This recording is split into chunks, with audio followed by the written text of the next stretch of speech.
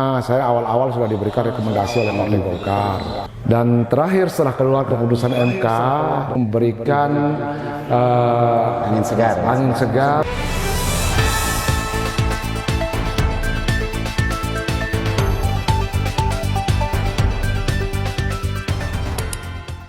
Assalamualaikum warahmatullahi wabarakatuh. Kembali lagi di Dimensi NTB. Kali ini sangat spesial karena hari ini saya diberikan kesempatan dan diterima langsung di kediaman beliau, calon wakil bupati Kabupaten Lombok Timur yang siap berkontestasi mendampingi Bapak Haji Tanwirun Anhar, yang dimana beliau ini merupakan sosok tokoh politisi Kabupaten Lombok Timur yang hampir 25 tahun berkarir di Kabupaten Lombok Timur, ikut membangun Kabupaten Lombok Timur. Haji Daeng Palori. Assalamualaikum. Waalaikumsalam. Sehat ya? Alhamdulillah sehat. Jadi bagaimana hari-hari? Kita seperti biasanya ya, hari-hari saya kira menerima teman-teman, sahabat-sahabat yang datang memberikan semangat dan motivasi. Di samping itu juga hari-hari saya isi dengan terus menyapa masyarakat kita di semua pelosok ya, untuk kita kembali menjalin silaturahim. Tadi di awal sudah saya singgung, Haji Daeng Palori ini maju sebagai wakil bupati mendampingi Pak Haji Tanwir dengan paket tanda. Ini didukung oleh 3 partai. Yaitu PDI, PBB dan Partai Buruh. Ya. Bagaimana dari awal karir seorang Daeng Palori dalam kiprah membangun Lombok Timur? Ya, jadi saya ini kan berangkat dari keluarga yang sama dengan kebanyakan masyarakat kita. Nah, jadi kalau berbicara karir, tentu semua hal sudah saya laksanakan ya. Saya pernah menjadi TKI, saya pernah menjadi supir angkot, saya pernah menjadi supir antar kota, antar provinsi, saya pernah jadi tukang ojek, macam-macam lah. Dan saya memulai karir secara resmi ya di birokrasi dalam tingkatan yang paling kecil, yaitu saat saya menjadi kepala desa Labuan Haji di tahun 2000 dulu ya. Saya menjadi kepala desa Labuan Haji tahun 2000. Nah, 2004 ada kontestasi pileg ya, karena saya sebagai kader Golkar dari tahun 89 ya. Saya sudah menjadi pengurus di tingkat desa waktu itu. Bahkan kemarin puncaknya alhamdulillah dipercaya oleh Partai Golkar menjadi ketua DPD Partai Golkar kurang lebih sekitar 10 tahun 2 periode. Nah, pada ada kontestasi pileg di 2004, saya bismillah mencoba untuk ikut dan alhamdulillah terpilih dari Dapil 1 waktu itu, dan sampai saya selesai secara paripurna selama 4 periode berturut-turut di 2004 kemarin. 20 tahun ya? 20 tahun. Saya kira itu yang saya geluti selama ini gitu ya. Dan masuk di jajaran pimpinan langsung. Alhamdulillah. Masuk di pimpinan DPRD itu kurang lebih 3 periode ya. 3 periode. Nah, yang ingin mungkin sedikit saya tanya dari karir yang tadi itu, ini maju melalui partai yang berbeda atau diusung oleh partai yang berbeda. Seperti apa sih situasi kita? Ya, awalnya memang saya diberikan rekomendasi oleh Golkar pada saat itu ya. Bahkan di awal-awal ya, sebelum partai-partai lain memberikan rekomendasi kepada kader-kadernya, saya awal-awal sudah diberikan rekomendasi oleh Partai Golkar ya. Tetapi karena ya dinamika politik ya yang menyebabkan saya pada waktu itu ada kendala-kendala kita lah secara teknis gitu ya. Nah, dan terakhir setelah keluar keputusan MK, ini sepertinya bangkit kembali ya, bangkit kembali keinginan saya untuk mengabdikan dan mendedikasikan diri saya di daerah ini, sehingga alhamdulillah dengan keluarnya keputusan MK itu memberikan Angin segar ya. angin segar dan lebih kompetitif. Ya. Ini juga berdampak luas kepada masyarakat karena akan tidak terjadi gontok-gontokan yang terlalu kuat ya, tidak ada kubu-kubuan karena banyak pilihan. Betul. Ya semakin banyak pilihan tentu resistensinya akan semakin kecil. Nah ini salah satu manfaat yang ada dengan keluarnya keputusan MK ini. Dan alhamdulillah setelah keluar keputusan MK ini saya berterima kasih kepada Partai Demokrasi Indonesia Perjuangan, ke partai-partai Bulan Bintang, Partai Buruh yang cukup dengan prosentase yang ada bisa mengantarkan kami untuk bisa mendaftar di KPU di hari terakhir. Ya, Di hari terakhir. Sedikit mengejutkan ya. Di hari terakhir. Dan ini sedikit mengejutkan dengan munculnya Ya, paket ini. Ya. ya seperti itulah prediksi orang, mengejutkan, tetapi setidak-tidaknya nawaitu dan niat kita dari awal itu memang sudah ada untuk bisa ngabdi secara total di daerah kita tercinta Kabupaten Lombok Timur ini. Sudah beberapa poin dari awal dijabarkan. Ini pada akhirnya Pak Haji Daeng bersama dengan Pak Haji Tanwir dengan nama paket tanda gitu.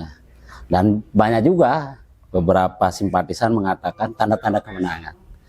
Ini awalnya seperti apa? Seperti yang tadi, ini bermula dari munculnya keputusan MK itu ya yang mengisyaratkan bahwa syarat untuk ikut pilkada itu diperkecil dan dipermudah. Kira-kira itu dasarnya dulu ya. Nah, yang kedua, karena pada saat itu desakan masyarakat hampir di seluruh Indonesia mendesak agar keputusan MK itu tidak boleh dianulir lagi oleh siapapun saat itu. Nah ini artinya bahwa majunya kami ini dengan persyaratan yang ringan itu keinginan masyarakat ya, keinginan rakyat.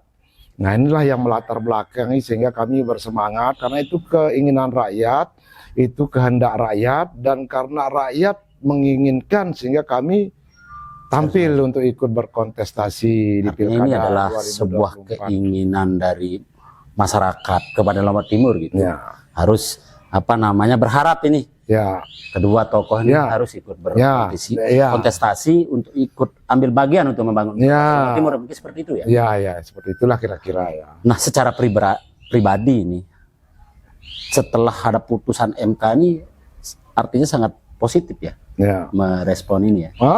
Karena seperti yang saya katakan tadi, ya artinya semakin kompetitif ya, demokrasi kita semakin sehat, ya demokrasi kita semakin bersemangat dan bergembira ya, karena rakyat pada akhirnya nanti banyak pilihan, ini yang paling pentingnya. Jadi demokrasi itu akan berjalan indah sebagaimana mestinya. Baik, jadi luar biasa muncul paket tanda ini tentu akan menambah warna di dalam kita mengikuti kontestasi pemilu kada di Kabupaten Lombok Timur. Tentu dong masyarakat ingin mengetahui kira-kira apa sih yang menjadi visi besar kita ini Ya. untuk Kabupaten Lombok Timur. 20 tahun, hampir 25 tahun gitu ya, berkiprah dari sisi legislator bagaimana mengawal proses pembangunan. Tentu tahu persis. Ini ke depan seperti apa gambaran besar terhadap kita selaku sehingga menjadi pilihan buat masyarakat. Ya, jadi pertama-tama kami menyadari bahwa kita Kabupaten Lombok Timur ini sangat beragam ya. Beragam dari sisi organisasi sosial kemasyarakatan ya, struktur budaya, banyak ragamnya. Oleh karena itu dari awal-awal kami mensemboyankan diri ya, berdiri di atas semua keberagaman masyarakat Lombok Timur. Itu yang kami terus kemukakan, kami ingin berdiri di atas keberagaman itu. Nah, persoalan berkaitan dengan visi misi saya kira kami yakin ya kelima kontestan ini punya niat yang sama. Kita tidak boleh underestimate ya kepada calon-calon yang lain, semua pasti punya niat yang sama untuk membangun daerah. Semua punya visi misi yang sama. Cuman persoalannya sekarang, apakah visi misi ini bisa diejawantahkan atau tidak? Kan itu tergantung kepada masing-masing paslon. Sebab tidak sedikit yang kita sudah alami visi misi bagus tapi tidak bisa terrealisasi di masyarakat juga kan percuma. Nah, kira-kira insya Allah dengan pengalaman yang ada kami bisa untuk mewujudkan apa yang menjadi visi misi kami. Nah, kami tetap ya sebagaimana yang lain juga, bagaimana kami menaruh perhatian di dunia pendidikan, di dunia kesehatan, bidang kesehatan, di bidang ekonomi juga kami anggap sangat penting, ekonomi kreatif, peningkatan UMKM, dan tidak kalah pentingnya juga di bidang pariwisata dan penataan tata ruang daerah kita ini, agar benar-benar beberapa tahun yang akan datang daerah kita ini bisa berkembang, yang maju sesuai dengan potensinya yang ada. Ya, itu kira-kira garis besar jadi visi misi kami untuk 5 tahun ke depan. Tapi yang paling penting bagaimana kita ya pemimpin ini ikut serta agar masyarakat ini kita libatkan secara total dalam setiap proses perencanaan. Saya kira ini yang penting ya. Jadi masyarakat itu tidak bisa sekedar kita jadikan objek ya pembangunan, tapi keikutsertaan mereka menentukan masa depannya sendiri ya, itu juga harus banyak kita dengarkan. Baik yang disampaikan secara resmi lewat perwakilan-perwakilan mereka yang ada di lembaga legislatif, maupun yang kita dengar sendiri dari komponen-komponen masyarakat kita yang ada di Kabupaten Lombok Timur. Jadi kita harus banyak mendengar, memang ya banyak mendengar, banyak mengikuti apa yang menjadi perkembangan sehari-hari di tengah-tengah masyarakat kita. Baik, mungkin di segmen terakhir kita, ini sudah mulai kan sedikit di beberapa WA group dan seterusnya, ini kan sudah mulai sedikit ada hawa panas ini. Mungkin semacam himbauan dan mengajakan lah terhadap, khususnya terhadap di relawan, simpatisan di Tanda sendiri, dan kepada kita semua lah. Ini seperti apa mungkin ajakan dari Jadi pertama saya ingin menghimbau ya kepada seluruh simpatisan, relawan, ya kader-kader partai pengusung Tanda, Tanwirul Anhar dan Dayang Paelori untuk senantiasa memberikan pendidikan politik yang bagus kepada masyarakat dengan cara kita melakukan kegiatan-kegiatan yang tertib, tidak menyinggung paslon-paslon yang lain. Ya, rakyat sudah meminta kita, memandatkan kita untuk ikut berkompetisi dengan banyaknya calon ini. Ya, mari kita manfaatkan, mari kita wujudkan keinginan rakyat ini supaya pilkada ini benar-benar damai. Pada seluruh masyarakat Lombok Timur, saya ingin menyampaikan mari bergembira bersemua karena ini pesta demokrasi kita. Jangan saling ejek, jangan saling cela, jangan saling bermusuh-musuhan. Mari kita cari pemimpin yang betul-betul mau mengayomi kita, mau membangun daerah kita dan tahu apa yang harus dilakukan untuk membangun daerah tercinta ini. Saya kira itu pesan saya kepada semua kita, masyarakat ini, supaya pilkada ini berjalan dengan damai, tertib, dan lancar. Tentu pilkada 2024 di tahun ini sedikit berbeda dengan pilkada-pilkada sebelumnya.